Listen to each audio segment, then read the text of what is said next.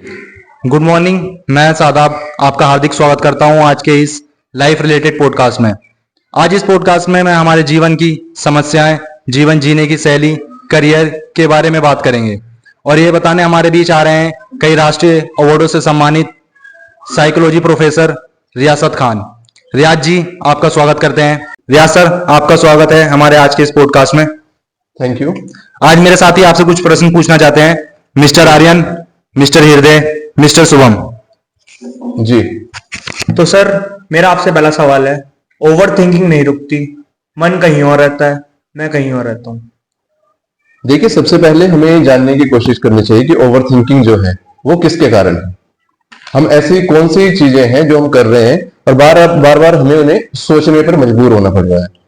हम सोचते कुछ हैं, करते कुछ हैं, और इससे हमारे जो आगे जो काम करने का जो नजरिया है वो लगातार बदलता हो जाता है। जब वो बदलता है तो हम एक ही चीज को पाने के लिए 10 तरह से सोचना शुरू कर देते हैं, और वहां से शुरू होती है हमारी ओवर थिंकिंग कि ये काम हो पाएगा, नहीं हो पाएगा। हम 10 तरह से उसमें बदलाव करने लगते हैं, एक ही काम को 10 बार करके देखते हैं। अब हमें ये करना है कि हम जिस चीज को एक बार सोचें तो उसे उसी तरीके से कर दें। हम बार बार जब अपने तरीके में बदलाव करेंगे तो ओवर थिंकिंग तो होगी। और क्योंकि हम दूसरों से परेशान हैं, खुद से ज्यादा हम दूसरों से परेशान रहते हैं कि वो हमारे बारे में क्या सोचता होगा। थैंक यू रियाज सर, आपने हमें ओवर थिंकिंग के ऊपर इतना अच्छा सुझाव दिया जो हम अपने जीवन में अप्लाई करेंगे। तो अब हमारा नेक्स्ट क्वेश्चन है मिस्टर आर्यन का, जो आपसे क्वेश्चन पूछेंगे। जी आर्यन। सर, मेरा आपसे अगला सवाल था, अपनी वैल्यू किसी की नजर में कैसे बनाएं? देखिए, हमें किसी की नजरों में ऊंचा उठना ही क्यों है जी। सबसे पहले हमें चाहिए कि हम क्या करें, अपने आप को ऐसा बना लें कि दूसरे को कहने का मौका ना मिले। हमारी जो वैल्यू है, सबसे पहले क्या है, हमें अपनी नजरों में बढ़ानी है, खुद के लिए बढ़ानी है।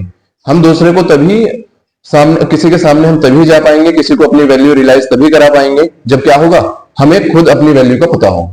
हम धीरे धीरे ऐसे काम करें, हम चाहे वो शिक्षा में हो, खेल में हो, हर एक चीज में हम आगे बढ़ें, जिससे क्या होगा कि धीरे धीरे लोग आपको नोटिस करेंगे।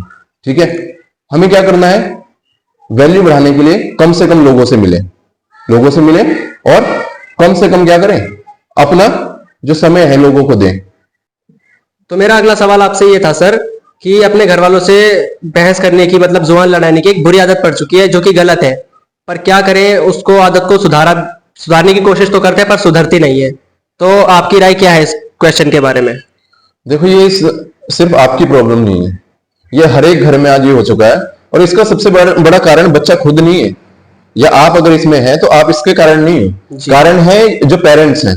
सबसे बड़ा कारण पेरेंट्स हैं, जो उनके बीच में, बच्चों में और पेरेंट्स के बीच में जो दूरी आ गई, सही से बातचीत ना करना, ठीक है ना, साथ में ना बैठना, बच्चों की जो फीलिंग्स है उन्हें ना समझना, ठीक है ना, वो क्या चाहते हैं और उन्हें क्या चाहिए। वो बच्चे क्या है, उन्हें प्यार चाहिए बचपन में, लेकिन उस प्यार के तलाश में वो कहां जाते हैं, वो बाहर ढूंढते हैं उस चीज को। और धीरे धीरे क्या है, जो उनका नजरिया है पेरेंट्स के प्रति, तो क्या हो जाता है, किसी भी तरह का जो लगाव है वो धीरे धीरे कम होता चला जाता है, और बाहर वालों के प्रति जो लगाव है वो बढ़ता चला जाता है। ठीक है ना। और जो जैसा आपको लगता है कि आप उसे सुधारना चाहते हैं, सुधार आप कैसे सकते हैं, तो आपको शुरुआत खुद करनी पड़ेगी उसके लिए। ठीक है ना। अगर पेरेंट्स आपको समय नहीं दे रहे हैं तो जबरदस्ती उनसे समय मांगा जाए। ठीक है ना। अगर वो आपके साथ नहीं बैठ पा रहे हैं तो उनके जो छोटे लम्हे हैं उन्हें साथ में जीने की कोशिश करें जी। उनके साथ कभी टाइम मिल रहा है आपको, कहीं बाहर घूमने जाओ, ठीक है ना, वो कहीं बैठे हैं तो उनके साथ बैठकर टीवी देखो, ठीक है ना। हर टाइम जो मोबाइल में घुसे रहना, ये क्या है, सबसे बड़ी दूरी पैदा करने का इस टाइम पे कारण बना हुआ है। अगर आप खाली टाइम में को अपने पेरेंट्स के साथ एंजॉय करेंगे तो जो ये बीच में जो मनमुटाव है ये भी धीरे धीरे खत्म हो जाएगा। Thank you Riyaz sir. जैसे कि रियाज सर ने भी यहाँ पे बताया है कि पेरेंट्स को कि अपने बच्चों को थोड़ा टाइम देना चाहिए, तो मैं आपसे रिक्वेस्ट करूंगा कि अपने बच्चों के साथ थोड़ा टाइम बिताएं और उन्हें फोन का यूज कम करने दें। तो रियाज सर, ऐसे ही हमारा नेक्स्ट क्वेश्चन है जो आपसे पूछेंगे मिस्टर हृदय।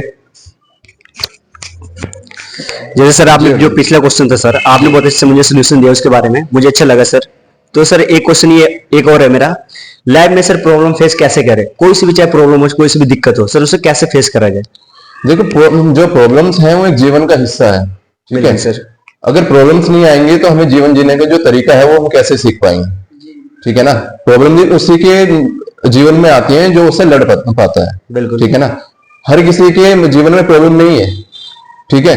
अगर ऐसा कोई व्यक्ति है जो उससे नहीं गुजर सकता उस प्रॉब्लम से, तो उसके किसी के लिए कोई प्रॉब्लम है ही नहीं, बिल्कुल। ठीक है ना। लेकिन जब हम कुछ अलग करने की ठानते हैं तभी हमें प्रॉब्लम आगे आती हुई दिखाई देती है। जब तक हम कुछ अलग नहीं करना चाहेंगे तब तक कोई प्रॉब्लम नहीं है।